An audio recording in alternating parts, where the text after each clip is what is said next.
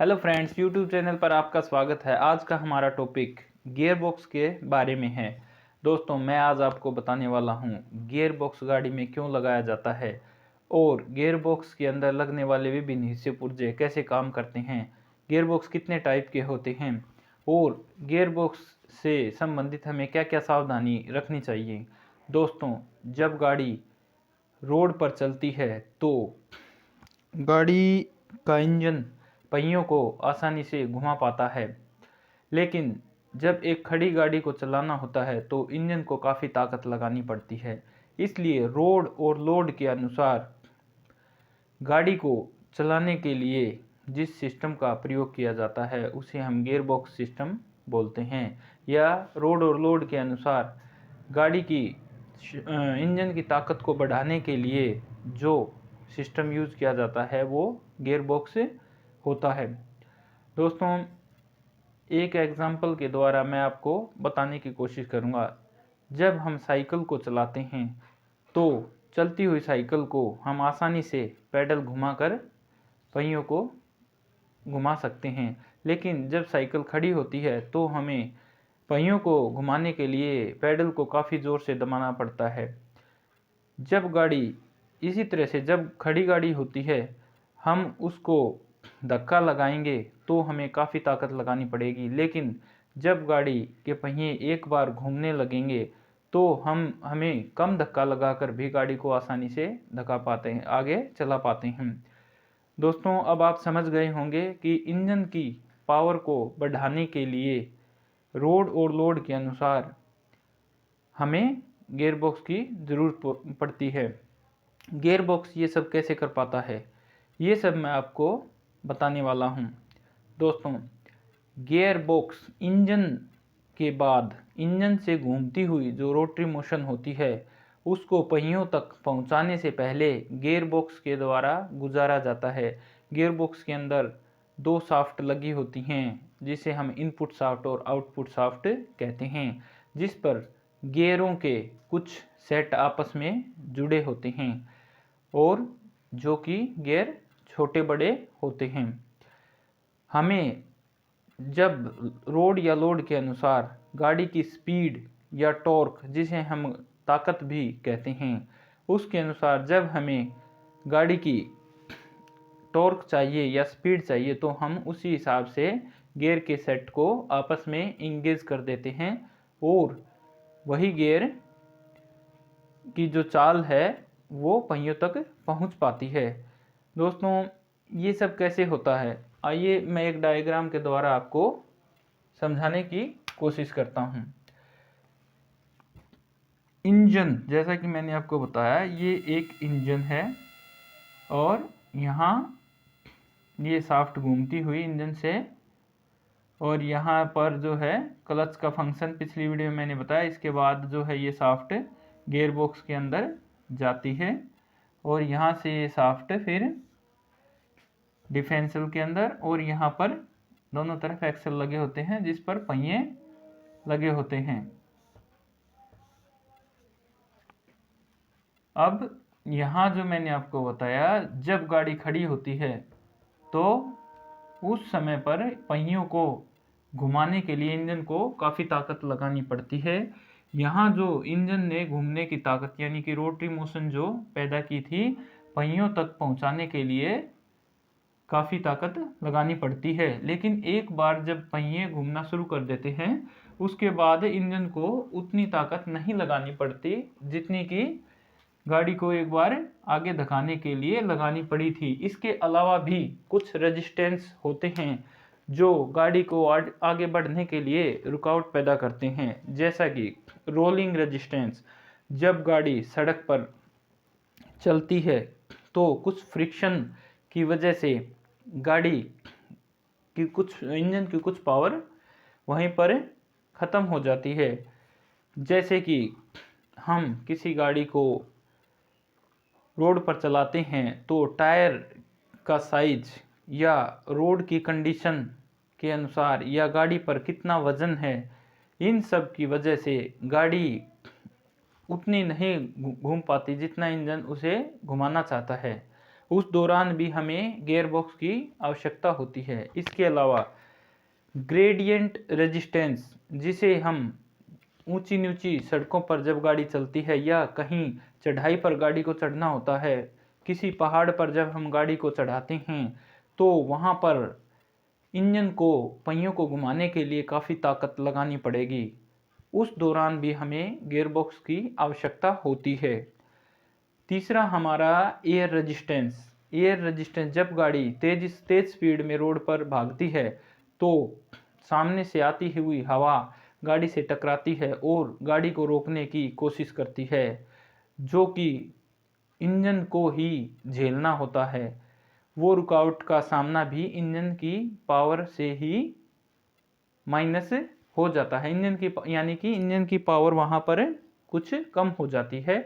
उस दौरान भी हमें गियर बॉक्स की ज़रूरत पड़ती है।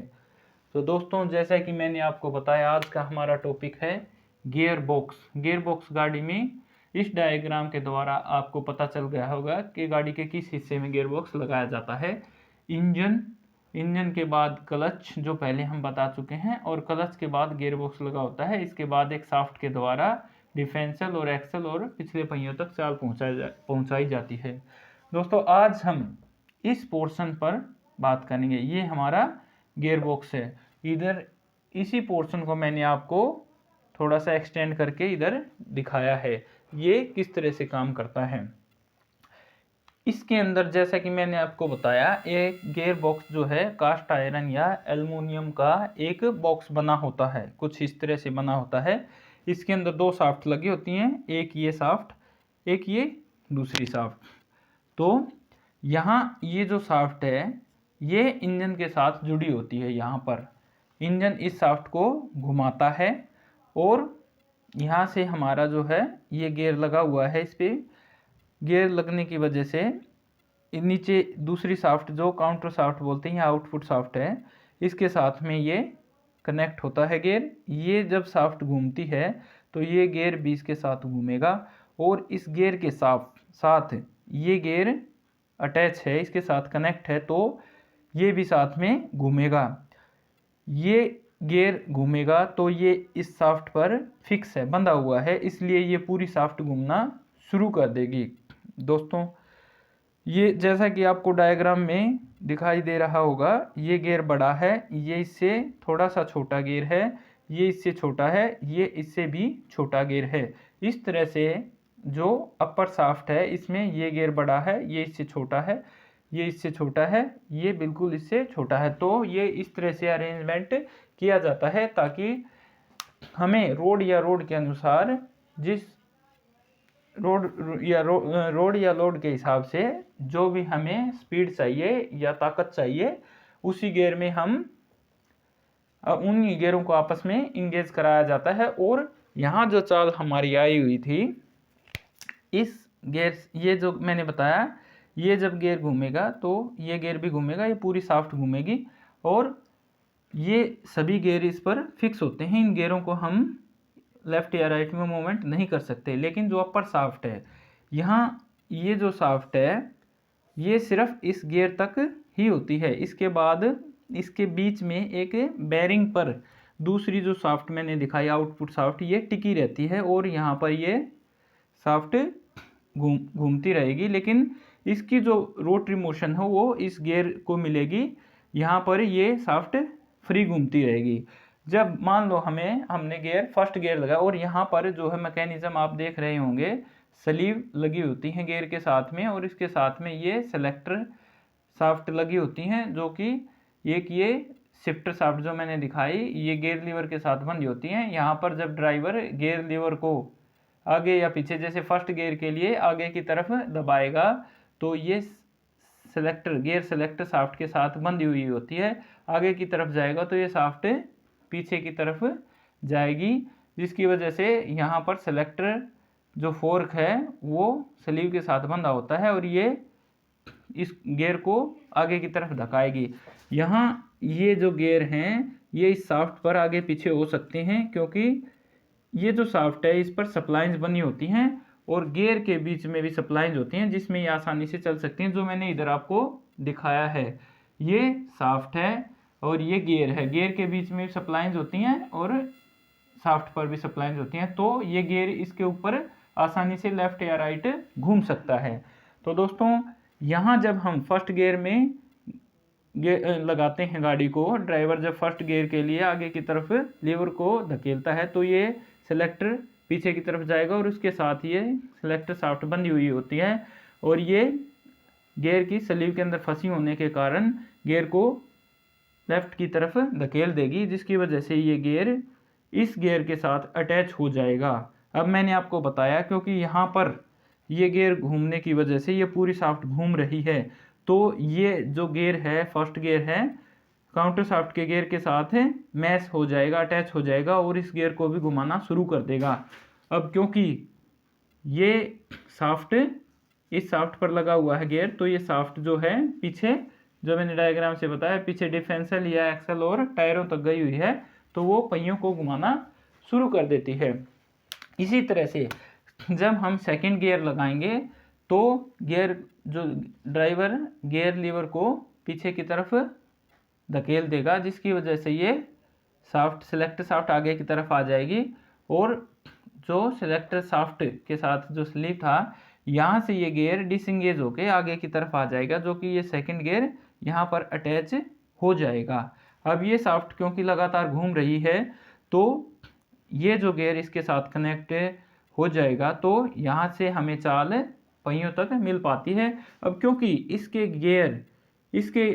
गियर में डिफरेंस है, यहाँ पर गियर बड़ा है, यहाँ पर गियर छोटा है, तो इसलिए हमारी जो स्पीड है वो धीरे धीरे बढ़ती जाएगी। फर्स्ट और सेकंड गियर का मैंने आपको बताया। थर्ड गियर के लिए यहाँ पर जो मैंने ये सेलेक्टर शाफ्ट आपको दिखाई है, ये दो शाफ्ट होती हैं, तो जो क्योंकि ये साइड व्यू मैंने आपको दिखाया इसके दूसरी साइड में होती है और वहाँ पर भी ऐसे ये फोर्क के साथ गियर शिफ्टर लगा होता है। अब यहाँ पर ये जो गियर है थर्ड गियर है, ये इसको इंगेज कराएगी थर्ड गियर के साथ में। इसी तरह से जो मैंने फर्स्ट सेकंड दिखाया आपको, यहाँ से थर्ड गियर में शिफ्ट होने के बाद यहाँ से तीसरे गियर में गाड़ी इंगेज हो जाएगी और चाल पहियों तक जाएगी, लेकिन ये गियर के टिथ कम हैं, छोटे होते जाएंगे, इसलिए यहाँ स्पीड बढ़ती जाएगी। और इसी तरह से जब हम फोर्थ गियर लगाएंगे तो इस फोर्क को हम आगे की तरफ धकेल देंगे, जो कि यहाँ पर इसके आपस में, जैसे ये मैंने दिखाया, डॉग बने होते हैं, आपस में फंस जाते हैं और जो डायरेक्ट यहाँ से जो चाल आई हुई थी वो सीधी जो है यहाँ ये दोनों गियर आपस में मिल जाएंगे, ये चाल सीधी पहियों तक पहुँच जाएगी। तो ये मैंने आपको सिंपल तरीके से बताया गियर बॉक्स हमारा कैसे काम करता है। इसके अंदर भी गियर बॉक्स की जैसे अलग अलग टाइप्स होती हैं, ये मैंने आपको क्रैश मैश या स्लाइडिंग मैश गियर बॉक्स का एक नमूना दिखाया है, जो कि बहुत पहले यूज़ किया जाता था। इसमें हमें गियरों को आपस में ज़बरदस्ती इंगेज करवाना पड़ता था, क्योंकि ये शाफ्ट लगातार घूम रही है और घूमती हुई गियर को आपस में अटैच करवाना, जिससे काफ़ी नॉइज़ भी आती थी गाड़ी के अंदर और गियर टूटने के चांसेस ज़्यादा होते थे। इसलिए इसके अंदर हमने जो है कांस्टेंट मैश गियर बॉक्स का अपडेट किया है इसके अंदर। यहाँ पर जो क्रॉस मैश जो गियर बॉक्स है, यहाँ पर हमने जो है ये वाला जो पोर्शन मैंने आपको दिखाया, यहाँ इन दोनों के बीच में एक कांस्टेंट मैश यूनिट लगाई जाती है, जैसा कि मैंने ये इधर आपको दिखाया है, इन दोनों के बीच में ये लगा होता है। ये जो मैंने दिखाया इंजन की घूमती हुई शाफ्ट इधर जो मैंने दिखाया था, और ये जो है गियर इसके सामने वाला, और यहाँ जो फोर्क दिखा, यहाँ पर जो स्लीव, इसके बीच में एक स्लीव लगी होती है और इस पर ये ये रिंग गियर बना होता है। तो दोस्तों ये जो गियर हैं ये दोनों आपस में हमेशा अटैच रहते हैं। यहाँ पर जो हम ज़बरदस्ती इंगेज करवाना पड़ता था वो हमेशा अटैच रखते हैं इन दोनों को, लेकिन इनका सिस्टम कुछ इस तरह से बना होता है, जो शाफ्ट है जो मैंने दिखाया आपको, सप्लाइंस होती हैं, गियर इधर उधर कर सकते हैं, तो यहाँ पर ये फिक्स होते हैं और ये घूमते रहते हैं, लेकिन ये जो स्लीव है ये मूवमेंट कर सकती है लेफ़्ट या राइट में। गियर जो है वो स्टेशनरी होते हैं। तो शिफ्टर के द्वारा जैसे फोर्क जब हम घुमाते हैं तो गियर के साइड में जो ये पोर्शन मैंने दिखाया इसके अंदर टूथ बने होते हैं, टिथ दोनों तरफ, और उसके अंदर ये जो गियर है स्लीव के साथ में वो उसके अंदर फंस सकता है। क्योंकि जब हम गियर लगाएंगे, जैसे थर्ड और फोर्थ का मैंने दिखाया, जब स्लीव को इधर दिखाएंगे तो ये जो टिथ हैं इसके इस पोर्शन, ये जो पोर्शन दिखा है इसके अंदर जो टिथ बने होते हैं उसके अंदर फंस जाएंगे और गियर को घुमाना शुरू कर देंगे।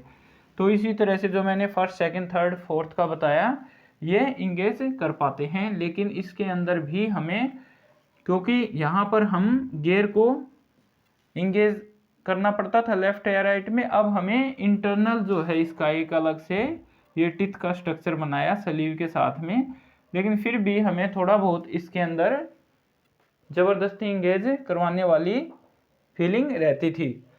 और इसके अंदर जो गियर मैंने दिखाया यहाँ पर, ये जो टिथ हैं वो ऐसे तिरछे होते हैं और इस इधर जो है स्ट्रेट बिल्कुल सीधे होते थे।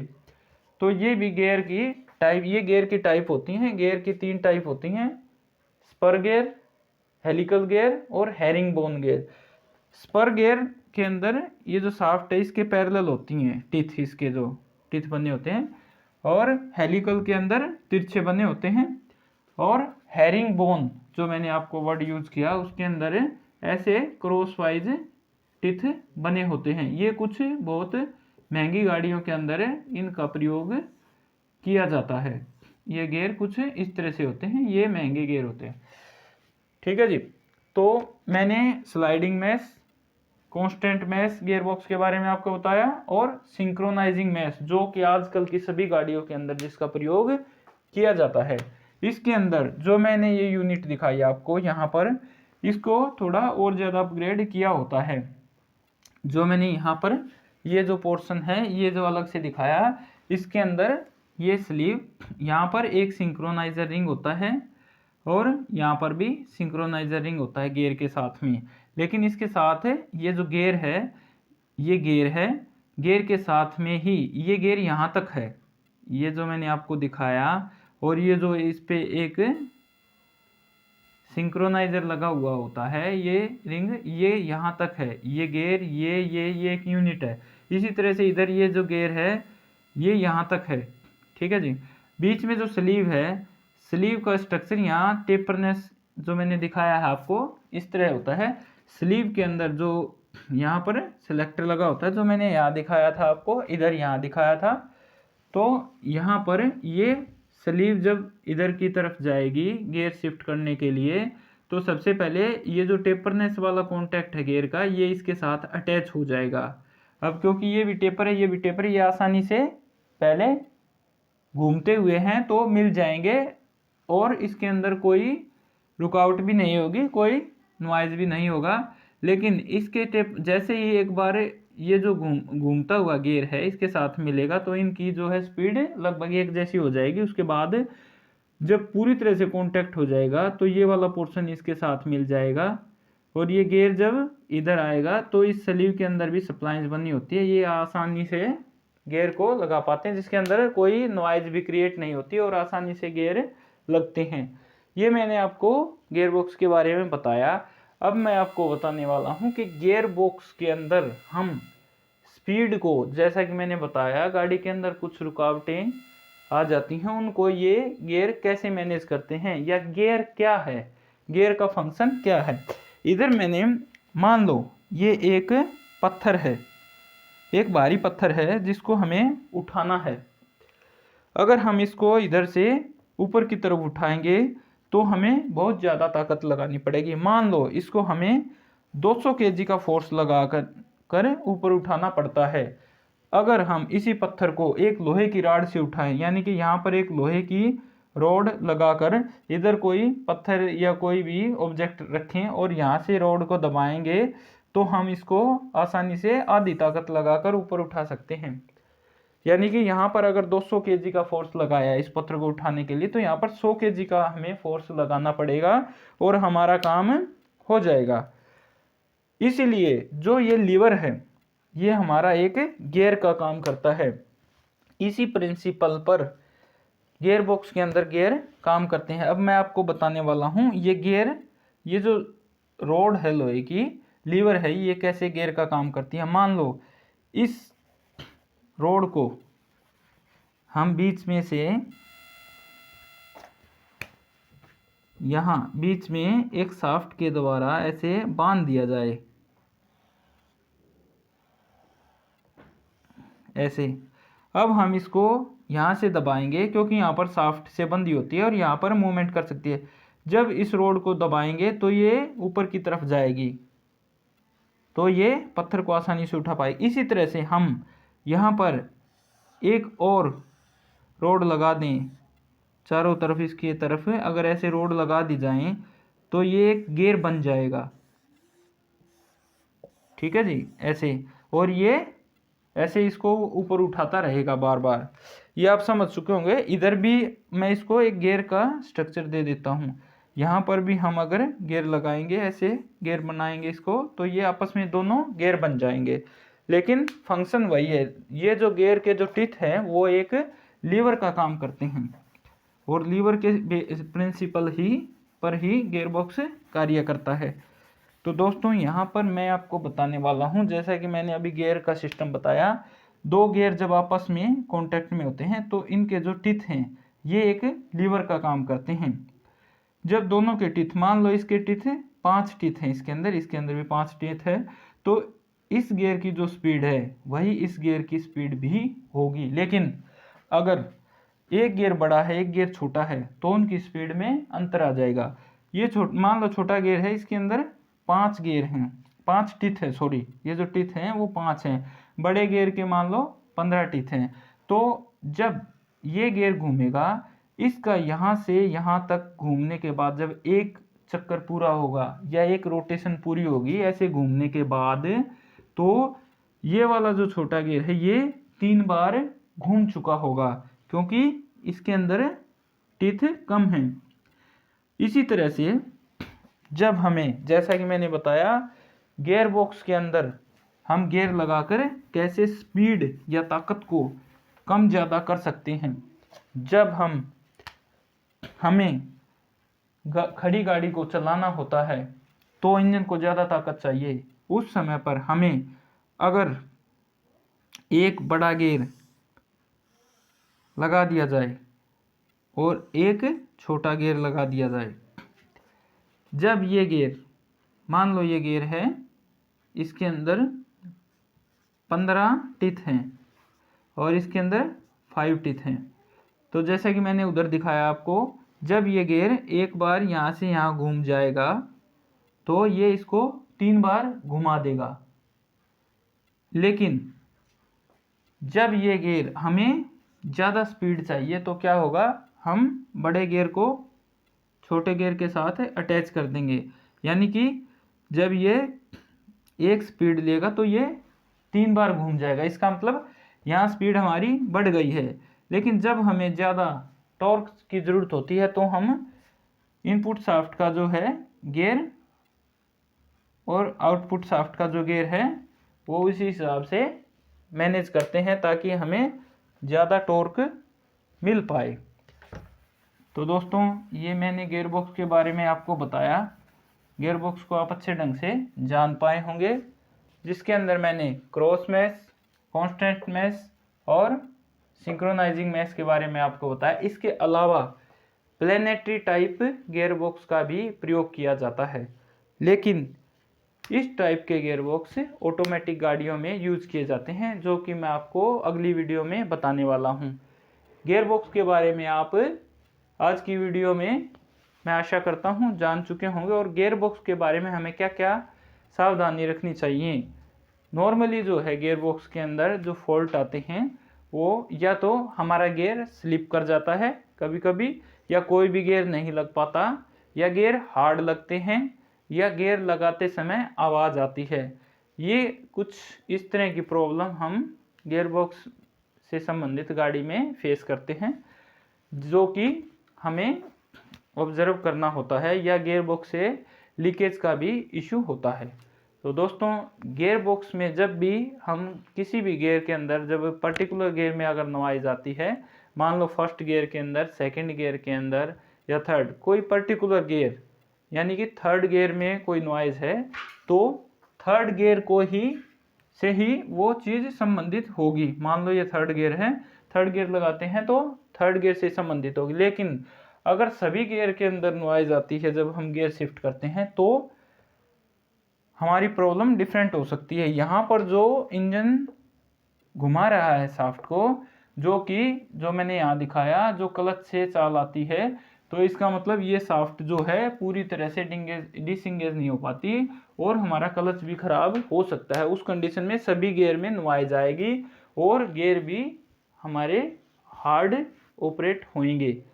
उसके बाद चलती गाड़ी में अगर कोई गियर निकल जाता है या स्लिप कर जाता है तो यहाँ पर जो मैंने स्ट्रक्चर आपको दिखाया, जब हम गियर लगाते हैं तो ये गियर सेलेक्ट शाफ्ट है, जिस पर ये जो मैंने फंक्शन दिखाया, यहाँ पर इसके अंदर स्लॉट बने होते हैं ऐसे, और यहाँ पर एक स्टील की बॉल लगी होती है, इसके ऊपर कॉइल स्प्रिंग लगा होता है जो इस बॉल को दबाए रखता है। जब हम, जैसा कि मैंने यहाँ बताया, जब फोर्क को शिफ्ट करते हैं यहाँ फर्स्ट गियर के अंदर गाड़ी जब चल रही है तो ये जो बॉल है ये प्रेस होके इस स्लॉट के अंदर ये आगे पीछे इस फोर्क को नहीं होने देगी, जिसकी वजह से हमारा गियर फिक्स रहेगा। लेकिन ये बॉल कभी कभी घिस जाती है या स्प्रिंग खराब हो जाता है या शाफ्टर जो गियर शिफ्टर शाफ्ट है इसमें भी डिफॉर्मेशन आ जाती है, उसकी वजह से हमारे गियर कई बार स्लिप कर सकते हैं। तो ये कुछ बातें हैं जो गियर बॉक्स के बारे में मैंने आपको बताई। इसके बारे में आपको अच्छे ढंग से समझ में आ चुका होगा, इसलिए मैं इसको वीडियो को यहीं क्लोज करता हूँ। अगली वीडियो के साथ फिर अगली वीडियो में हम मिलते हैं।